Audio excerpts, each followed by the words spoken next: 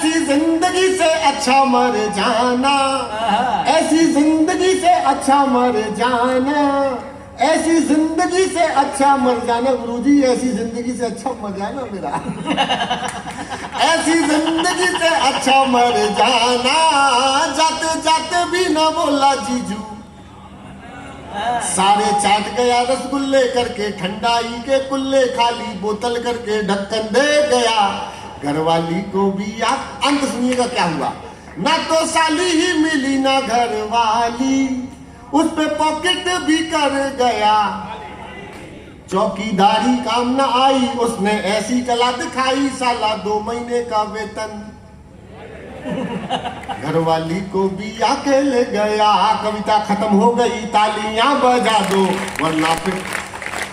एक मुखड़ा एक अंतरा सुना करके एक अच्छा सा गीत सुनाऊंगा, फिर अपना स्टाइल लूंगा। मुझे पता है कविता की जमीन है ये। कोविड के समय इतनी बुरी स्थिति हो गई हमारी कि हमारे हर तरफ प्रोग्राम बंद थे, बाहर भी बंद, घर में भी बंद, क्या करे आदमी। तो मैं तो क्या किया, ऑनलाइन कार्यक्रम शुरू कर दिए थे। ऑनलाइन कार्यक्रम शुरू कर दो, दिन भर हाफ पैंट पहन के हम ऑनलाइन का भी सम्मेलन करते थे। पत्नी बोर हो गई सुन सुन के। जब भी हम शुरू हो तो पत्नी आए, देखे हमें और ऊपर देख के बोले कोविड का समय था, पता नहीं भगवान ये बीमारी कब जाएगी। हम सोचते थे ये हमारे लिए कह रही है कोविड के लिए। मैंने अपनी पत्नी के लिए प्रेम प्रस्ताव रखा। तुम अच्छा, हाँ निकल गया वो। प्रेम प्रस्ताव रखा तो ये पहले गाने बनते थे, खुल्लम खुल्ला प्यार करेंगे हम दोनों, ऐसे प्यार करेंगे वैसे प्यार करेंगे, लेकिन उस समय कोविड का चल रहा था। तो मैंने एक मुखड़ा एक अंतरा लिखा, फिर अच्छा गीत सुनाऊंगा कि ताली थाली खूब बजा ली, भाव नहीं देती घरवाली, बोलो कब तक भला इंतजार करेंगे, अब न 2 गज की। अच्छा, जब मैं बोलूंगा अब न 2 गज की तो आप बोलेंगे आहा। कैसा? अब न 2 गज की, अब न 2 गज की, अब न 2 गज की दूरी स्वीकार करेंगे, सैनिटाइजर लगा के सनम प्यार करेंगे। हमने ऐसा एक गीत सुना, एक गीत सुनाता हूं आपको, और बहुत महत्वपूर्ण विषय पे गीत सुनाता हूं। मैंने आपको हंसाने का भी हमें कविता सुनाएंगी। इस मिट्टी की बेटी हैं, एक कवियत्री हमारी सबिया आसर जी शायद आ गई है, अभी तक मंच पर पहुंची नहीं है। बुला लो उनसे, पूछ लो, नहीं तो अभी ऐश्वर्या ने मेकअप उतारा नहीं है। हाँ, नहीं तो फिर पेमेंट उनका ही जाएगा, अपना क्या बिगड़ा। बढ़िया आशीष सोनी ने तमाम बातें करी कोरोना की, तमाम बातें पुलिस वालों की बताई। ये तो सब भुक्तभोगी लोग हैं, लेकिन दादा जैसे लोग थे हर शहर में और गुना में भी। दादा ने जो सेवा की कोरोना काल में, आदमी के पास कितना रुपया है उससे कोई फर्क नहीं पड़ता। फर्क इस बात से पड़ता है कि जब देश और समाज विपत्ति में हो तो उसका खर्च करने का मन कितना होता है। जरा एक बार दादा के लिए जोरदार तालियां बजाएं।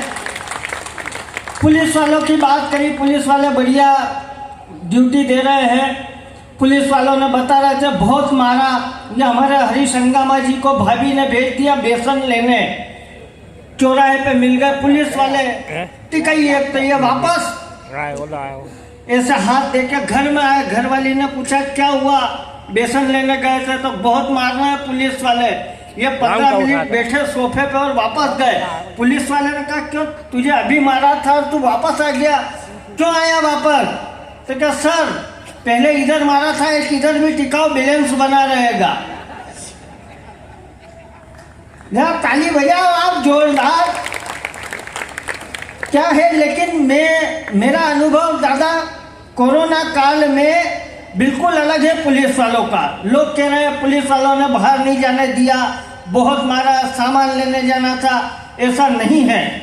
मुझे घर से कोरोना काल में जो लेने भेजा था पुलिस वालों ने, उसमें कोई अड़चन नहीं आने दी, मैं वो लेके ही आया। घर वाली एक दिन बोली, 15 दिन हो गए थे लॉकडाउन को, कि हलवा खाने का मन है, मैंने कहा बना लो। तो क्या घी है, शक्कर है, पर सूजी नहीं है। मैंने कहा अभी लेके आता हूँ। मैं जैसे ही गया अगले चौराहे पे पुलिस वाले मिल गए। मैं वापस आया 15 मिनट के बाद, पर सूजी ही लेके आया।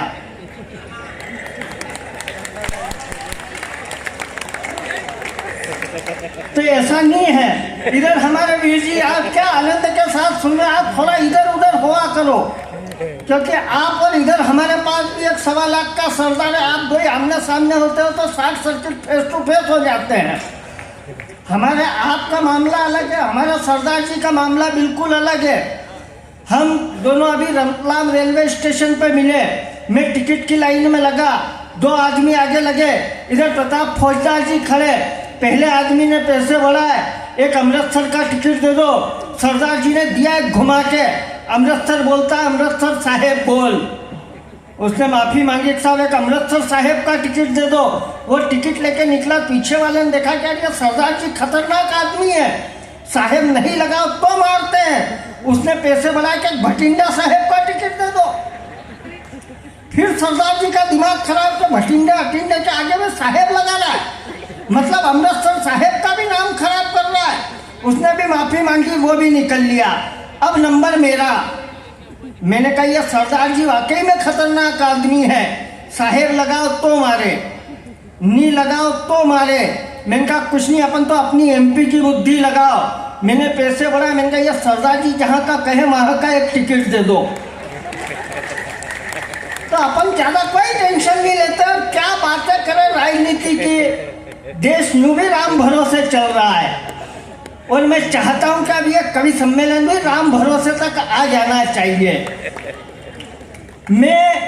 मेरा आशय ये है कि हमारी मिट्टी के वो कवि जो देश और दुनिया में गुना की मिट्टी का नाम लेकर जाते हैं, आदरणीय राम भरोसे कुंतल जी हमारे बीच में, मैं बहुत और सम्मान और आदर के साथ आपकी तालियों के बीच उन्हें इस माइक पर बुलाना चाहता हूँ।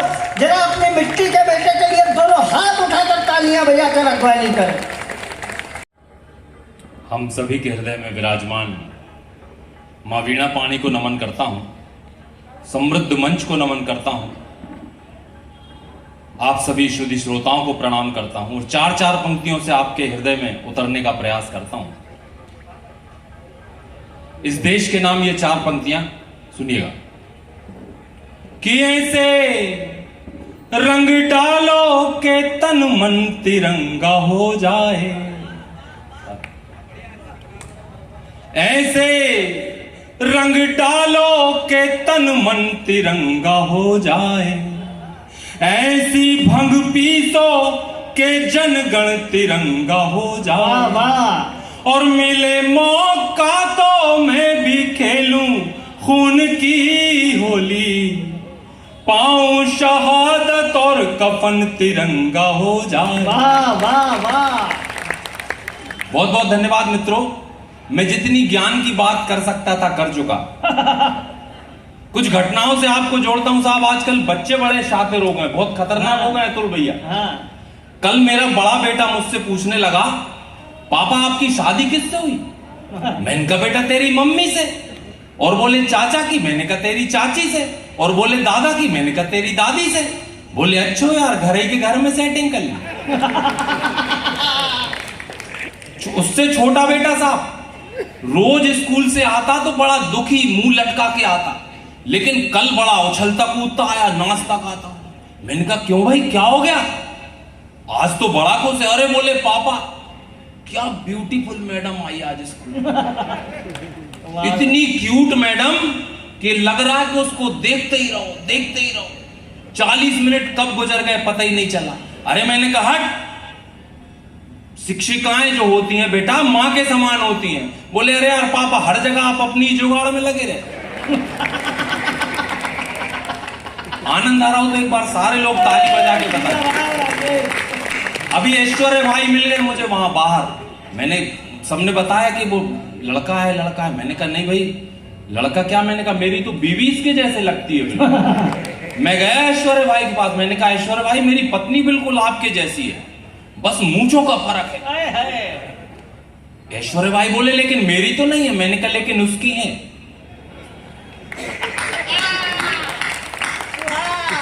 एक क्लास का वाक्य साहब, मेरी क्लास की एक लड़की को बुआ जी कह के चिढ़ाते थे साहब।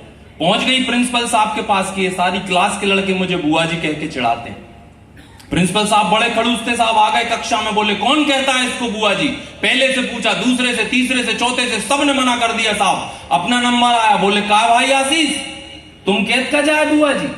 हमने कही देखो मां साहब, जे सबरे जाए बुआ जी कह सकत, मनो हम नहीं कह सके का जे सबरे हमें फूफा जी के। एक और साहब कक्षा का वाक्य बताता हूं। मेरी क्लास में एक रमेश नाम का लड़का पढ़ा करता था। उससे हमारे एक मास्टर बड़ा चिढ़ा करते थे। जैसे ही वो कक्षा में घुसता, उससे कोई ऐसा प्रश्न करते कि वो उत्तर नहीं दे पाता और उसको बाहर निकाल देते। पहले दिन का दृश्य रखता हूं, जैसे ही रमेश कक्षा में घुसा, मां साहब बोले का रमेश ताजमहल देखो है? बोले नहीं देखो मां साहब। बोले और घुसे रहो घर में, बाहर घूमो फिरो तो कछु पता चले, निकाल दिया साहब। दूसरे दिन का दृश्य रखता हूं, जैसे ही रमेश कक्षा में घुसता है, मास्टर जी फिर बोलते हैं का रमेश लाल किला देखो है? बोले नहीं देखो मां साहब। बोले और घुसे रहो घर में, बाहर घूमो फिरो तो कछु पता चले, फिर निकाल दिया साहब। लेकिन तीसरे दिन नियति को यह मंजूर नहीं था कि रमेश बाहर निकलता, इससे पहले के मां साहब कुछ बोलते। अब रमेश बोला काय मां साहब कल्लू पहलवाने जाना तो? बोले नहीं जाना बेटा। बोले और घूमो बाहर, घर में रहो तो कछु पता चले।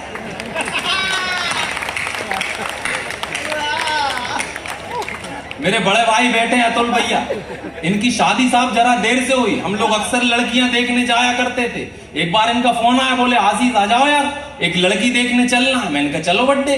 हम दोनों गए साहब। जैसे ही उसके घर घुसे तो लड़की की मां इनको देख के बेहोश हो गई। जैसे तैसे करके साहब उस पे पानी के किंचे इंचे डाल के उसको जगाया और पूछा क्यों, क्या हो गया? अरे बोले 15 साल से हमें देखने आए थे। ये तो मित्रों आपसे जुड़ने का कुछ उपक्रम था। कविता से आपको जोड़ता हूं। एक बार पुनः समृद्ध मंच को नमन करता हूं। आप सभी शुद्धि श्रोताओं को प्रणाम करता हूं। मां शारदा को प्रणाम करती हूं, मंच को नमन करती हूं, आप सबकी गरिमामय उपस्थिति को प्रणाम करती हूं और आप सभी को विजयादशमी की सादर शुभकामनाएं प्रेषित करते हुए, जैसे कि आदेश हुआ है, आदेश की पालना करना चाहती हूँ, माँ की अभ्यर्थना करना चाहती हूँ, अर्चना करना चाहती हूँ। मेरे सामने संतजन विराजमान हैं, मैं उन्हें विशेष प्रणाम करती हूँ, इसलिए कि लघुता से प्रभुता मिले, प्रभुता से प्रभु दूर। लघुता से प्रभुता मिले, प्रभुता से प्रभु दूर। चीटी ले शक्कर चली, हाथी के सिर धूर।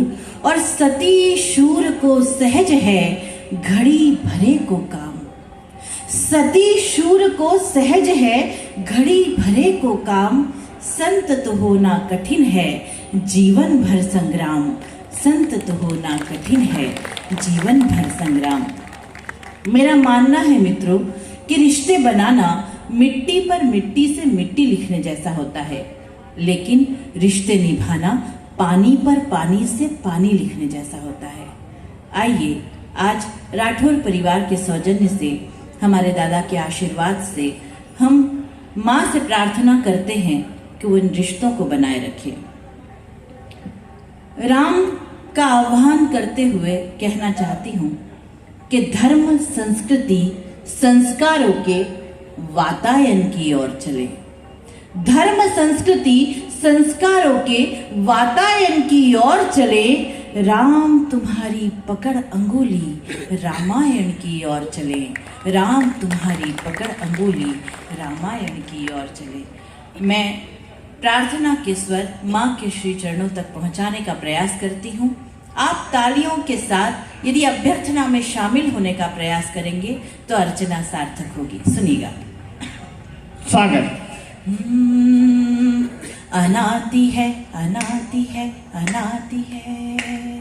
प्रथम पंक्ति से लेके अंतिम पंक्ति तक यदि आप करतल ध्वनि के द्वारा, यदि आप तालियों के रिदम के द्वारा अर्चना में शामिल होने का प्रयास करेंगे तो हम माँ की अभ्यर्थना करते हैं। सुनिए। स्वागत।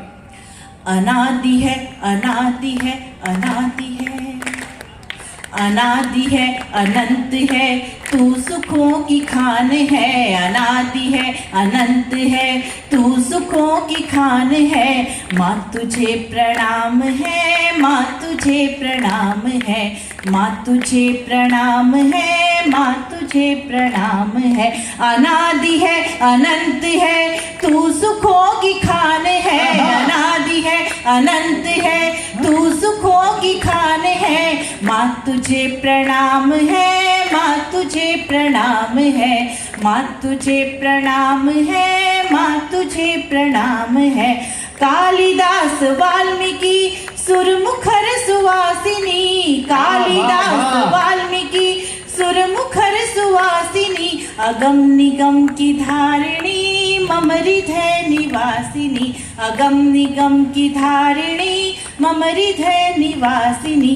विवेक तू विवेक तू विवेक तू, विवेक तू प्रकाश तू, तू सकल निधान है। विवेक तू प्रकाश तू, तू सकल निधान है। माँ तुझे प्रणाम है, माँ तुझे प्रणाम है, माँ तुझे प्रणाम है, माँ तुझे प्रणाम है। और बन निवेदन करती हूँ, सुनिएगा। हे शारदा सरस्वती तू ही ब्रह्मचारिणी, हे शारदा सरस्वती तू ही ब्रह्मचारिणी। शब्द को प्रबल बना सकल त्रुटि निवारिणी, शब्द को प्रबल बना सकल त्रुटि निवारिणी। तो जिस पे तू कृपा करे, कृपा करे, कृपा करे, जिस पे तू कृपा करे वह बना महान है, जिस पे तू कृपा करे वह बना महान है। माँ तुझे प्रणाम है, माँ तुझे प्रणाम है। अनादि है अनंत है तू सुखों की खान है, अनादि है अनंत है तू सुखों की खान है। माँ तुझे प्रणाम है, माँ तुझे प्रणाम है, माँ तुझे प्रणाम है, माँ तुझे प्रणाम है।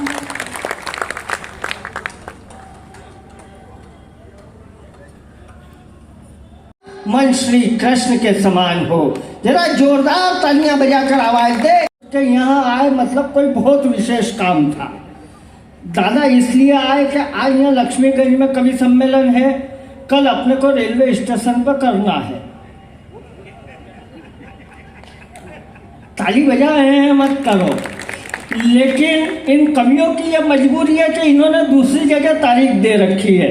अच्छा, दादा का काम निराला है। कल 6 बजे कह दिया कि 8 बजे भजन संध्या होना मतलब होना, तो भजन संध्या का कल अपन ने 8 बजे आनंद लिया।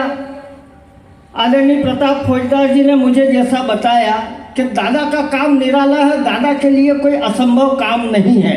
दादा ने यहाँ आके जो हमें आदेश दिया उसकी पालना भी होगी। स्टेशन पर कभी सम्मेलन होगा, भले ही कल नहीं हो, 6 महीने बाद हो, पर होगा। आज दादा के लिए एक बार जरा जोरदार ताली बजा। प्रताप फौजदार जी ने इन सारे कवियों को जिस तरह से आज की रात यहाँ परेशान करके बुलवाया, वो खाली दादा का और गुना का प्रेम था कि इतनी व्यस्ततम तारीख में ये सारे लोग आज के हमारे बीच में हैं। कवियों के नामों से आपका परिचय लगभग हो चुका है। अधिकतर लोगों को आप यूट्यूब टीवी के माध्यम से देखते हैं और कई लोगों को आपने पहले भी यहाँ पर सुना है। मैं चाहता हूँ कि कवियों के लिए आप एक बार जरा जोरदार तालियां बजा दीजिए। ये हिंदुस्तान का पहला कवि सम्मेलन है जो तय समय से प्रारंभ होता है। 8 बजे का कहा था, 8 बजे सारे कवि मंच पर आ गए थे यहाँ पर, वरना हम तो हिंदुस्तानी लोग हैं। हमारी हालत ये है कि हमको कहते हैं कि जागो तो लोग समझते हैं कि भागो। हम घंटे 2 घंटे आगे पीछे चलते ही चलते हैं। हम कवि सम्मेलन प्रारंभ करेंगे, खूब आनंद लेंगे, लेकिन उसके पहले हम विजयादशमी पर्व है, हमारे यहाँ का एक बेटा है, उसकी एक प्रस्तुति भी हम देखेंगे। सब तमाम आज की रात हम परिवार के बीच में है। विजयादशमी का पर्व है, पर्व पर परिवार जन एक साथ मिलकर किस तरह से आनंद लेते हैं वो भी हम लेंगे। ये कभी कई दूरी तय करके हमारे बीच में पहुंचे हैं कि अर्जुन यदि मिल गया तो कृष्ण की गीता हो जाएगी। इनके पास कुछ भी नहीं है आज की रात। कुछ शब्द हैं जो आपके बीच में बांटना चाहते हैं आनंद के साथ। मैं 4 पंक्तियां पढ़ता हूं, जरा सा मंच को जागृत कर दीजिएगा कि अर्जुन यदि मिल गया तो कृष्ण की गीता हो जाएगी, व्यथा हृदय की आंख में पावन सरिता हो जाएगी, और आपके लायक यदि हमें भी कुछ कहना आ गया तो एक पंक्ति में ही हमारी संपूर्ण कविता हो जाएगी। बहुत बढ़िया कवि सम्मेलन होगा। सारे कवियों से आपका परिचय हो चुका है। हालांकि हमारे पत्रकार जी कहाँ गए? अरे वो पंक्तियाँ लिखवा के छपवाने भी निकल लिए। भाई साहब मैं पीछे देखा है नहीं, भाई साहब ने भी सारे वो नाम लिए शुरू में जो यहाँ उपस्थित ही नहीं थे। दिनेश देसी जी, सुदीप भोला, प्रेरणा ठाकरे ये बैठे। ये सुदीप भोला मेरे से पूछे कि ये पत्रकार जी मेरा नाम नहीं ले रहा है, मैं क्या करूं? मैंने कहा बेटा वो अटैची जमाओ, वापस जाने की तैयारी है। तो मैंने कहा कि अब सबके नंबर आएंगे। हरीश हंगामा जी हमारे बीच में आ गए हैं, जिनकी प्रतीक्षा थी। साविया असद जी हमारे बीच में आने वाली है, वो हमारे बीच में पहुंच चुकी है। मैं चाहता हूं कि आज की रात यह कवि सम्मेलन अविस्मरणीय होने वाला है। हम तमाम बातें करेंगे, लेकिन हम चाहते हैं कि ये विजयादशमी का पर्व है। 9 दिन हमने